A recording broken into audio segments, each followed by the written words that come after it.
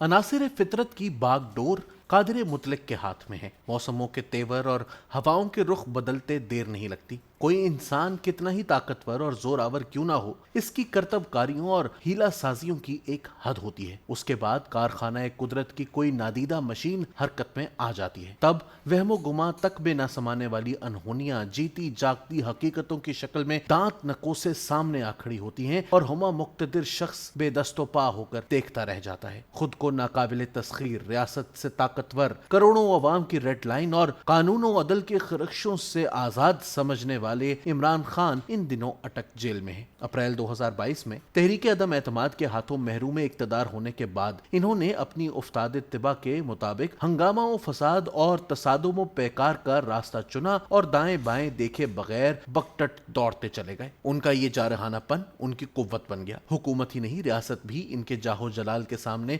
सुकड़ी सिमटी दिखाई देने लगी। देखते देखते जमान पार्क एक किले की शक्ल इख्तियार कर गया। फिदायीन मुस्तकिल तौर पर खेमजन हो गए और किसी रियासती एहलकार के लिए मुमकिन न रहा कि उनकी बारगाहे आली मर्तबत की चार दीवारी के उस तरफ झांक कर भी देखे। 9 मई को गिरफ्तार हुए तो उनके तय करदा मंसूबे बल्कि साजिश के तहत उनके शहदाई कोयटा से पेशावर तक अपने मुतय्यना अहदाफ की तरफ लपके और एक हशर बपा कर दिया। अफवाज पाकिस्तान से मुताल्लिका अलामतें उनका खुसूसी हदफ थीं। सुप्रीम कोर्ट की इंसाफ परवरी के बाइस वो एक शब पुलिस लाइंस की आरास्ता पैरास्ता कोठी में गुजारने और सदर आरिफ अलवी के लाए अनवा व इकसाम के खानों से लुत्फ अंदोज होने के बाद अगले ही दिन रिहा हो गए। लेकिन महज चंद घंटों के अंदर वक्त एक बहुत बड़ी जुस्त लगा चुका था और वक्त ऐसा चोर है जो भागते वक्त लंगोटी भी नहीं छोड़ता। अहद हाजिर का बहुत बड़ा बयानिया साज होने के बावजूद इमरान खान अफलासे बयां का शिकार हुए। फिर देखते ही देखते उनकी पार्टी तहलील होती चली गई। जाने छिड़कने वाले साथी खिजा रसीदा पत्तों की तरह टूटने लगे। यकायक जमान पार्क वीरान हो गया। इमरान खान के खिलाफ तोशाखाना केस का फैसला अव्वली अदालती सतह से आया है। वो इस फैसले के खिलाफ हाई कोर्ट जा सकते हैं। वहां सुनवाई ना हो तो सुप्रीम कोर्ट में अपील का दरवाजा खुला है। मैंने नवाज शरीफ के मुकदमात की पैरवी करते हुए अपने दोस्त ख्वाजा हारिस को कभी इतना मुतहर्रिक, फाल और गर्मजोश नहीं देखा। सख्ती से उजली रिवायात पर कारबंद रहने वाले नामवर वकील के असलूब वकालत में अच्छी खासी लर्जिश भी महसूस हुई। इमरान खान की कानूनी टीम ने किसी भी मुकदमे में मेरिट को अहमियत नहीं दी। वो कानूनी नुक्ता आफरीनियों, मुशगाफियों और पैंतराबाजियों के जोर पर ताखीरी हरबों ही को कमाल फन समझते रहे। तोशाखाना केस की कोई 40 पेशियां हुई। इमरान खान साहब सिर्फ 3 दफा आए। फॉरेन फंडिंग केस में 200 के लगभग तारीखें पड़ी और तहरीक इंसाफ के वकला बड़ी कामयाबी के साथ उसे 9 साल से खींचते चले आ रहे हैं। किसी पर टूटने वाली उफ्ताद से लुत्फ उठाना इंसानियत की नफी है। इमरान खान को बहरहाल इंसाफ मिलना चाहिए। ऐसा हरगिज नहीं होना चाहिए जैसा नवाज शरीफ के साथ हुआ। अच्छा हुआ कि इमरान खान पर किसी ख्याली कंपनी और तसव्वुराती असासे का नहीं, करोड़ों रुपए मालियत के जिंदा व मौजूद असासों का मुकदमा बना। अच्छा हुआ कि किसी अदालत ने उनके खिलाफ पिटिशन को पहले फजूल, नाकारा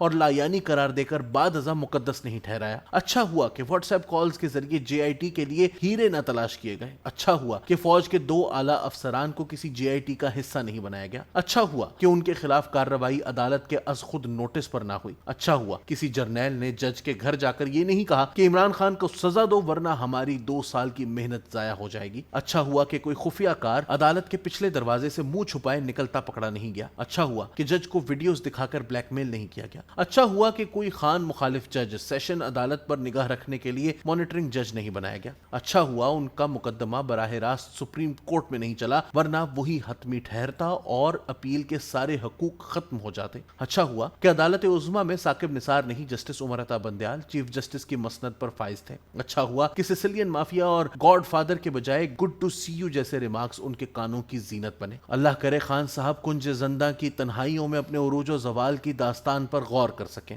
ये बात अब तय पा चुकी है कि वो अवामी हिमायत के बल पर नहीं, एक प्रोजेक्ट के जरिए इक्तदार में लाए गए। अगस्त 2018 के बाद अपनी सलाहियतों का लोहा मनवाने के लिए उनके सामने वसी मैदान था। इन्हें इक्तदार में लाने वालों ने इस अमर को भी यकीनी बनाया कि गर्म हवा का कोई झोंका भी वजीर आजम हाउस के दरीचों से न झांके। मीडिया को लगाम डाली, सियासी मुखालिफिन को झूठे मुकदमात में उलझाकर जेलों में डाला, अवाम को तसल्लियां दी, नगर नगर से डॉलर लाकर दिए, उनके 4 सू फैली करप्शन से सरफे नजर किया, पार्लियामेंट में उनके बंदे पूरे پورے کیے, ان کے بجٹ منظور کرائے, انہیں قانون سازی میں نمبر گیم کا سہارا دیا. اس کے باوجود ان کا 4.25 سال پر محیط عرصہ حکمرانی خشک سالی کی ماری بنجر زمین کی طرح کشتے ویراں ہی رہا. نتیجہ یہ کہ عدم اعتماد کی تحریک آئی تو اپنا کوئی ایک کارنامہ بھی عوام کے سامنے پیش کرنے کے بجائے انہیں بے سروپا امریکی سائفر سے کھیلنا پڑا. قومی اسمبلی اپنی میعاد پوری کر کے رخصت ہو رہی ہے. اس سوال کا جواب عمران خان ہی دے سکتے ہیں کہ انہوں نے ایوان زیری میں موجود رہنے, توانا قائد حزب اختلاف کا کردار ادا کرنے, پارلیمانی حرکیات کا حصہ رہنے اور نظام میں فعال کردار ادا کرنے کے بجائے طفل خود معاملہ کی طرح کوچہ و بازار گرمانے کا فیصلہ کیوں کیا. یہیں پر بس نہیں, انہوں نے پنجاب اور خیبر پختونخوا کی اسمبلیاں بھی توڑ ڈالی اور اپنی ہی حکومتوں کا گلا گھونٹ دیا. یقیناً ان کے ذہن میں کوئی نقشہ کار ہوگا. 9 مئی کو اس نقشہ کار کے خد و خال سامنے آ گئے. منصوبہ ناکام ہو گیا, لیکن خان صاحب کی سیاست کے بخیے ادھیڑ گیا. توشہ خانہ اور دوسرے مقدمات سے گلو خلاصی ہو بھی جائے تو کیا عمران خان پاکستان کی سیاست میں واپس آ سکتے ہیں؟ اس کا جواب ہاں میں دینے کے لیے خوشگمانی کا کوہ ہمالیہ چاہیے. بظاہر سفر تمام ہوا.